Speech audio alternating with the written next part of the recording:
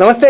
ఈరోజు మా అతిథి రంపచోడవరం టీడీపీకి సంబంధించిన ఎమ్మెల్యే మిరియాల శిరీషాదేవి గారు. అవి ఎంత సింపుల్గా ఉన్నారో. నేను ఇప్పుడు దాకా ఎమ్మెల్యేలతో ఇంటర్వ్యూ చేసినప్పుడు వాళ్ళ ఎస్కాట్కే దాదాపు గన్మ్యాన్లు, వాళ్ళ ఇంకా డాపు, దర్పం ఇప్పుడు చూసుంటారు మీరు. ఎంత సింపుల్గా ఉన్నారు చూడండి. మిరియాల శిరీషాదేవి ముందు కూర్చొని ఉన్నాము. ఆమె ఎమ్మెల్యే ఇప్పుడు లేటెస్ట్గా.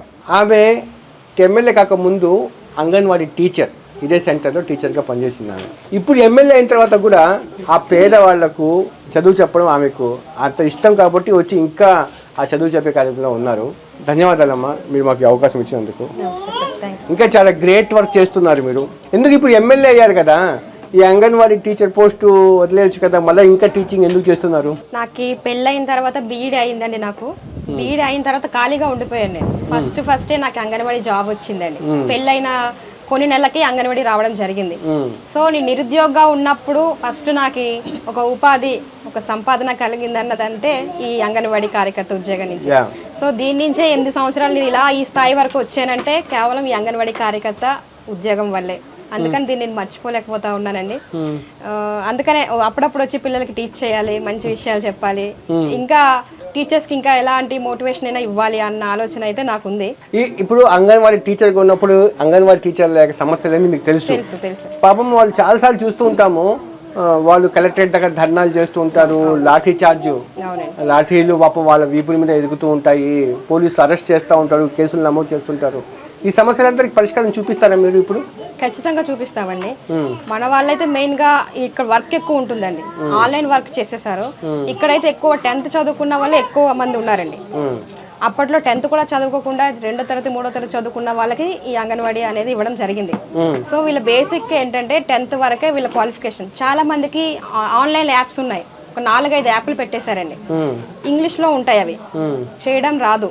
వర్క్ చేయకపోతే సూపర్వైజర్ నుంచి, సిడిపో నుంచి ప్రెజర్ వస్తుంది, వాళ్ళకి పైనుంచి ప్రెజర్ వస్తుంది. ఈ ప్రెజర్ తట్టుకోలేక చాలా మంది కూడా హార్ట్ పేషెంట్లు, హార్ట్ అటాక్ వచ్చి చనిపోయిన పరిస్థితులు చాలా. అవునండి, రికార్డ్స్ 12 రికార్డ్స్ ఉంటాయండి. వీళ్ళు టెన్షన్ కి పిల్లలకి పాటలే చెప్పుకోవాలా, వాళ్ళు వస్తే నేను రికార్డ్స్ టైంకి అప్పచెప్పలేకపోతే ఎటువంటి రిమార్క్ నా మీద రాసేస్తారనే టెన్షన్ కి చాలా ప్రెషర్ అనేది మాత్రం అంగన్వాడీస్ పడుతున్నారండి. మెయిన్ గా నేను బీఈడీ చదువుకొని నేనే వర్క్ చేయలేనటువంటి పరిస్థితిలోకి వచ్చానంటే మీరు ఆలోచించాలి. నా రాజవొమ్మంగి మండలంలో చాలా మంది పెద్దవాళ్ళు చేయలేకపోతే ఆ వర్క్ అంతా నేను చేసేదాన్ని. తెలుసు కాబట్టి కొంచెం ఇంగ్లీష్ తెలుసు, కొంచెం యాప్స్ ఎలా వాడాలో తెలుసు, మిగతా వాళ్ళకి చెప్పి చేయించేదాన్ని. ఆ విధంగా ఉంటుందండి ఇక్కడ పరిస్థితులు. వీళ్ళు చేసేదానికి జీతం సరిపోదు. సో జీతం పెంచమని వీళ్ళ యొక్క మెయిన్ డిమాండ్ అండి. తర్వాత యాప్ వర్క్ తగ్గించమని. ఈ ఏజెన్సీ ప్రాంతంలో ఎలా అంటే సిగ్నల్ ఉండదండి, నెట్ ద్వారా చేయాల్సి ఉంటుంది ఏ యాప్ అయిన వర్క్. సో సిగ్నల్ ఉండాలంటే ఎక్కడికో వెళ్ళిపోవాలి. 1 డేలో మీరు స్కూల్ తీసారా లేదా అన్నది పిల్లలకు ఫోటో తీసి సెండ్ చేయాలంటే సిగ్నల్ ఉండదు. ఆ రోజు ఆబ్సెంట్ పడిపోద్ది అక్కడ. మీరు స్కూల్ తీయలేదు, మీకు మేము ఇలాంటి పరిస్థితులు ఎదురవుతా ఉన్నాయి. మొత్తం స్టేట్ వైడ్ ఎంత మంది ఉంటారండి అంగన్వాడీ టీచర్లు? ఒక 2 లక్షల పైన ఉంటారండి టీచర్స్. అంగన్వాడీ టీచర్ దగ్గర నుంచి ఎమ్మెల్యే అయిన వాళ్ళు ఎవరు బహుశా లేదనుకుంటా కదా? లేరండి, మీరే ఉన్నారు. నేనే ఉన్నాను. శిరీష గారు, మీరు ఊహించారా అంగన్వాడీ ఒక 3 నెలల క్రితం వరకు మీకు ఇక్కడ ఎమ్మెల్యే అవుతాను ఈ కాన్స్టిట్యున్సీలో అని చెప్పి? లేదండి, అస్సలు నేను ఊహించలేదండి. మా అత్త మామలు సర్పంచులు చేశారు.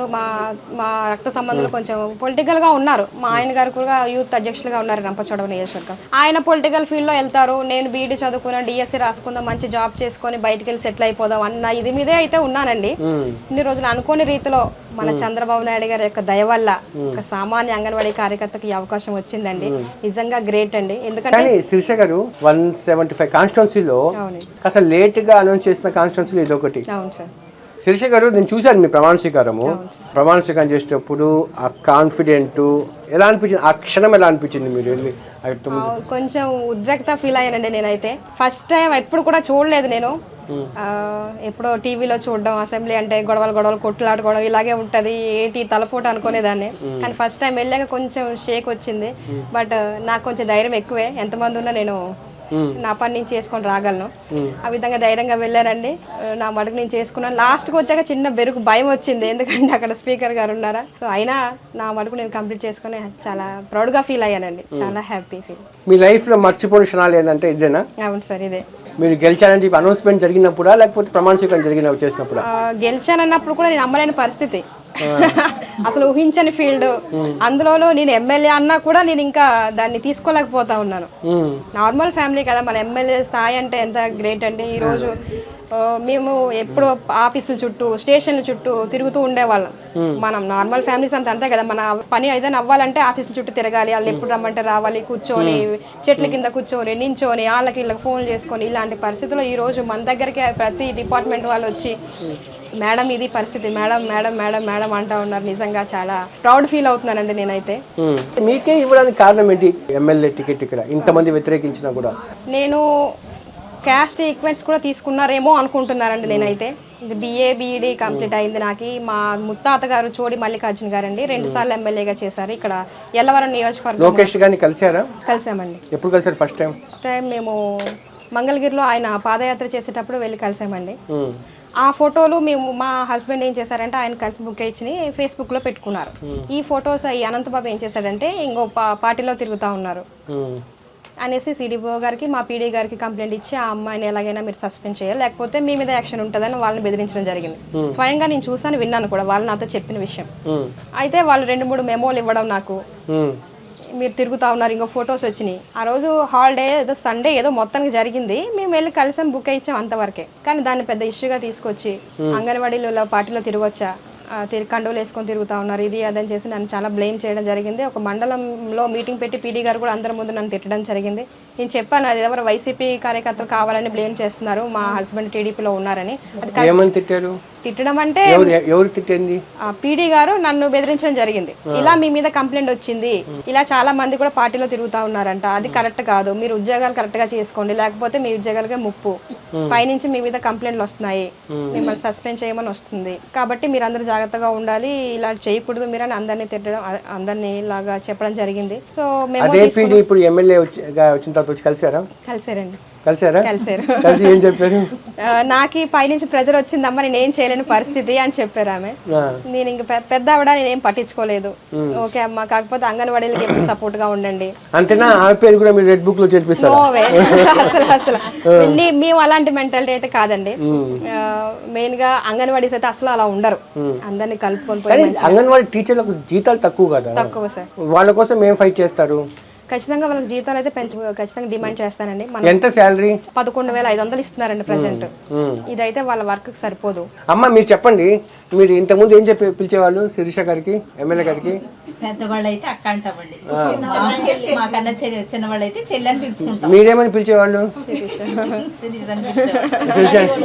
ఇప్పుడు ఏమని పిలుస్తారు? పెద్దదాన్ని కనుక శిరీష అని పిలిచేవాళ్ళు. ఎక్కువగా అంగన్వాడీలో ఉన్నప్పుడు అక్క చెల్లి అనే పిలుచుకుంటామండి.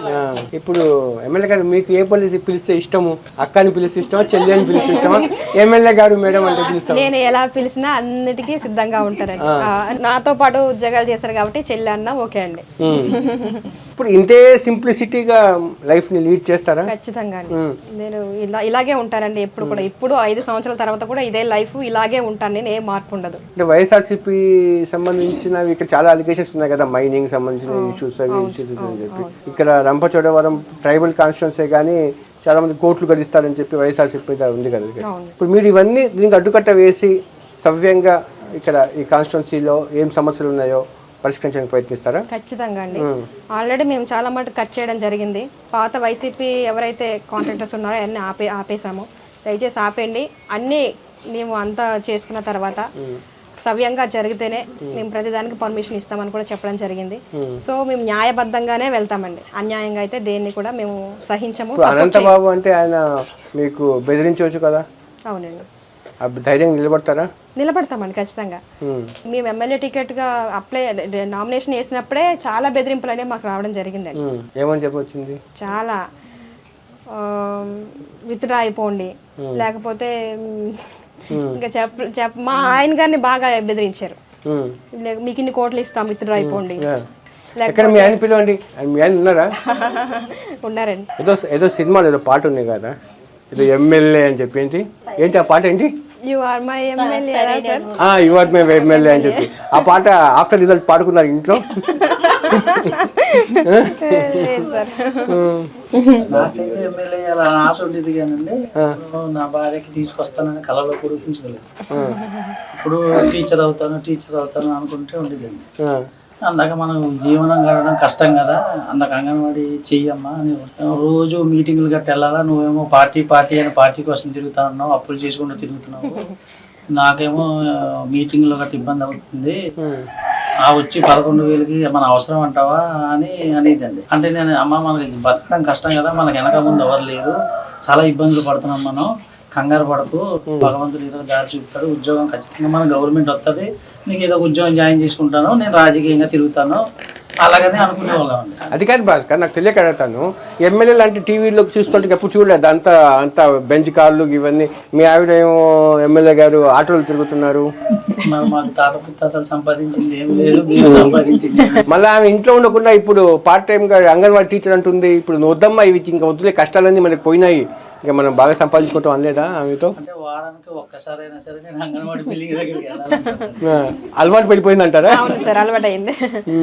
అంటే ఈ ఫీలింగ్స్ ఎలాగా ఇంట్లో వాళ్ళు బిహేవ్ చేస్తే ఎలా అనిపించింది శిరీష గారు అంతా అని చెప్పి? కొంచెం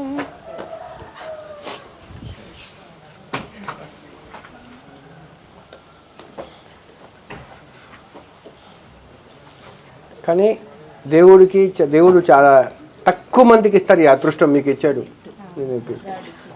అవునండి. మీరు ఆ అభిమానాన్ని, ఆ ప్రేమను మీరు మీ సర్వీస్ ద్వారానే మీరు చాటుకోవాలి అంతే. ఎందుకంటే ఇది మిగతా వాళ్ళలాగా ఆ పేరు మీరు మళ్ళీ నేను నెక్స్ట్ ఇయర్ వచ్చి మళ్ళీ ఇంటర్వ్యూ చేస్తాను మీకు. షూర్ అండి. మీరు ఇలాగే ఉండాలి, ఇలాగే చెప్పాలి, ఇదే మంచి పేరు సంపాదించుకోవాలి.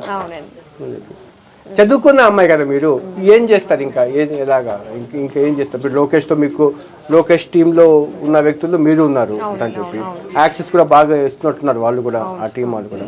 ఇంకా ఏమేమి చేయాలనుకుంటున్నారు మీరు ఇంకా ఈ ఊరికి కానీ? ఇక్కడ ఎక్కువ నిరుద్యోగ యువత ఉన్నారండి, చదువుకొని డిఎస్సీలు డైట్లు అయిపోయి ఖాళీగా ఉన్నారు, ఈ ఉద్యోగాలు తీయక వలస వెళ్ళిపోతా ఉన్నారండి.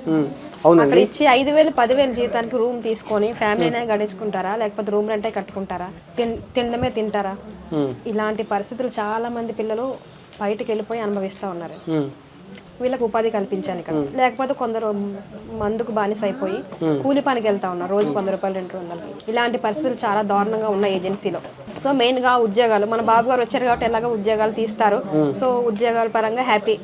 మొదటి సంతకమే డిఎస్సి తీశారు, సో అందరూ బాగానే ఉంటుంది. ప్లస్ ఇక్కడ జీవో నెంబర్ 3 ఒకటి ఉందండి, జగన్మోహన్ రెడ్డి దాన్ని రద్దు చేయడం జరిగింది. అది కూడా తీస్తే ఏజెన్సీ ప్రాంతంలో ఉన్నటువంటి ఇక్కడ వాళ్ళకి ఉద్యోగాలు వచ్చే అవకాశాలు బాగా ఉన్నాయి. సో దీనికోసం కూడా మేము బాబు గారితో మాట్లాడతామండి. తర్వాత చాలా మంది మహిళలు ఏంటంటే ఇక్కడ ఏం పనులు లేక వేరే ప్రాంతానికి రొయ్యల ఫ్యాక్టరీలని ఇతర ఫ్యాక్టరీలకు వెళ్ళిపోయి ఏసీ దగ్గర పనిచేస్తూ అక్కడ బ్లడ్ ఇరిగిపోతా ఉంది, ఎక్కువ ఏసీలో ఉండడం వల్ల, 24 hours ఏసీలో ఉండడం వల్ల రక్తహీనత పాలైపోయి వాళ్ళు అనారోగ్యాలు పడుతూ ఉన్నారు. సో ఇలా కాకుండా ఇక్కడే చిన్న ఇక్కడ దొరికేటువంటి ఉత్పత్తులతో చిన్న ఫ్యాక్టరీలో కంపెనీస్ పెట్టి వీళ్ళకి మంచి ఉపాధి కల్పించాలని, ఇక్కడ దొరికేటువంటి ఉత్పత్తులతో ఇక్కడ వాళ్ళకి ఉపయోగపడి చిన్న షాపుల్లో పెట్టించే మహిళలతోటి ఈ విధంగా చేయాలి, డెవలప్ చేయాలని అనుకుంటున్నానండి. Very good. ఇప్పుడు 175 కాన్స్టిట్యున్సీలో టీడీపీ కూడా ఊహించుండదు, కూటమి కూడా ఊహించుండదు ఇది గెలుస్తుందని చెప్పి అని చెప్పి. ఇది గెలిచారని చెప్పగానే మీకు స్పెషల్ గా అటెన్షన్ ఇచ్చారా చంద్రబాబు నాయుడు గారు కానీ లోకేష్ గారు కానీ? అంతా ఇచ్చారండి.